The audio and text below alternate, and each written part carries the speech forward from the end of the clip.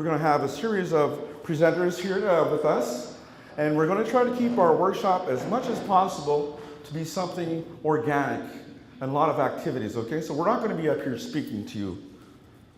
The idea is to get everybody involved by working with the material, what these different types of activities in terms of learning about governance, in terms of living about the 7 steps of nation building. It's important now that we start working to get to the future. Everyone around here, I see a lot of young people, you're future leaders. It's hard to say you guys will be leading us in the future. I'll probably be leading right alongside with you guys because we're all about the same age. But the people that are there right now, one day will have to step down and we have to take the relief and move forward. And there's a lot of work to do. And we have to be strong and we have to work together holding hands. So I'd like to congratulate everybody here today for being here and taking part, and I'm sure this is going to be very beneficial to our nation. Have a good morning. I know you have already heard this so many times, that you're the future leaders, but I don't look at you as future leaders. I see you as leaders now, which is an important component to nation building. It is our responsibility as leaders to make sure that we leave a foundation. And what I like to refer to is a foundation of hope. Whenever you really believe in something, you have to faith and say, we got to make it happen. Just do it. And that refers to lawmaking as a nation. If we wait for governments to say, all right, we're going to allow the Mi'kmaq to make laws, we'll wait forever. That's why it was important to make sure that we expose you to every opportunity. But it all starts here. You got to believe first in here. We have to strengthen our Mi'kmaq nation. We have to get together because we're a lot stronger with one voice than we are individually. This is why it's very important to see now the youth of the 3 communities here gathered here in a think tank. And this is what nation building is all about. Well, all yuk. Thank you very much. What's important is to see the youth gathered for the first time. I believe it's a youth forum that the 3 communities, the nation, is having. And it's all about you, what you can do to change our nation. We try to do what we believe is best for our communities with the education that we have. And I hope that you guys will make a difference for the Mi'kmaq Nation. So I wish you all a very good day, and just take the time to get to know each other before you leave here. Thank you.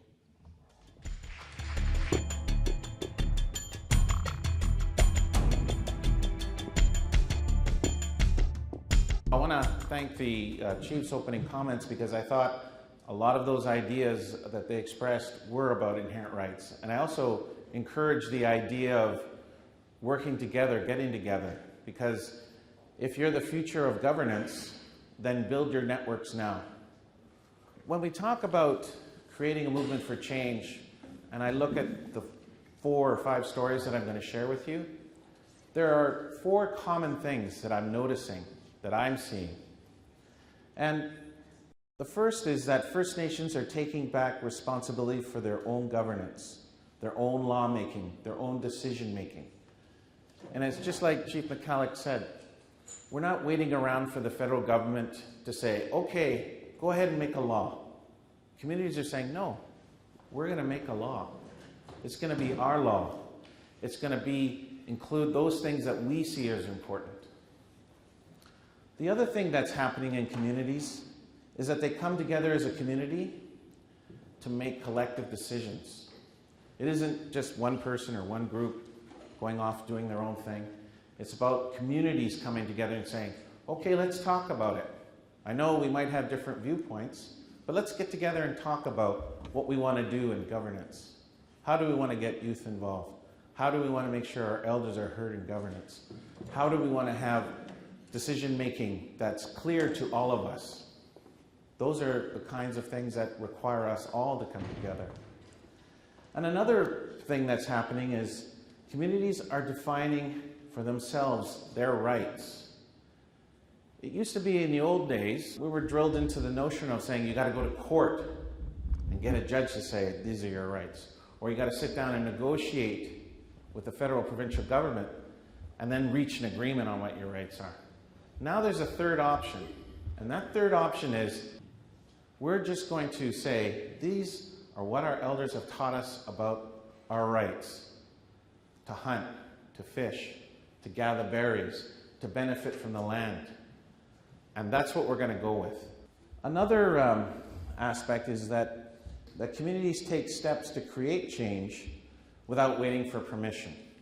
They're just doing it. One of the first examples is an interesting on Miapukek, Newfoundland. Miapukek, of course. That community has really taken enormous steps over the last few years. Miapukek is an example of what it means to take that extra step beyond the Indian Act and say, we're going to write our own laws for ourselves. I think another good example, Six Nations. I found it a very interesting way to talk about the evolution of our governance, moving beyond the Indian Act, moving into our traditional decision making.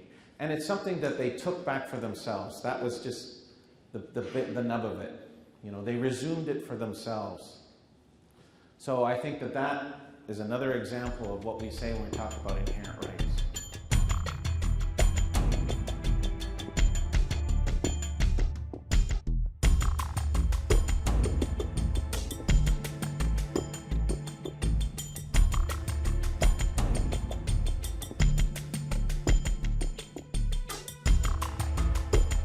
Those are, I think, examples of what we mean when we talk about inherent rights.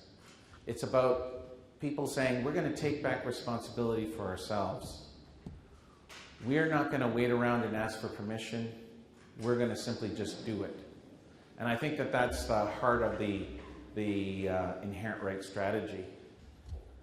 But in the end, it's about you. It's about your values, your culture, your ideas. They are the content for what will come forward.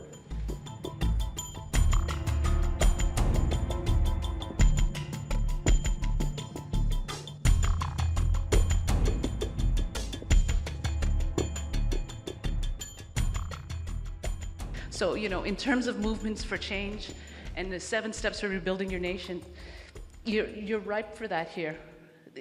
Establishing a vision for the future, that's where it starts, that's where it ends. That's the discussion you need to have. The next one is, to plan your journey. How are you going to get there? And it sounds simple that we're putting a plan together and we're going to do that, but half of that is recognizing where you are in that map in planning your journey.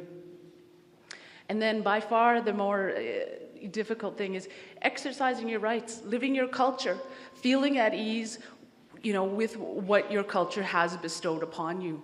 And I think for very many of you here, that's why you're here, because you already feel that need. Getting out of the Indian Act regime, that is the single biggest barrier, is the psychic prison, they like to call it in the literature, of this organization that has asserted itself over on top of our nations and has attempted to replace what was once simple, beautiful, and a coalition done among the groups and members of the family of the different Mi'kmaq nations, the 7 original families who came together and took care of business. This is your government, this is your land, this is your right. Your government makes decisions. They deserve to be respected and honored, and they need to be communicated to everybody that my government has laid down its wishes with respect to land, with respect to child protection, with respect to any kind of services. And finally, deliver the goods.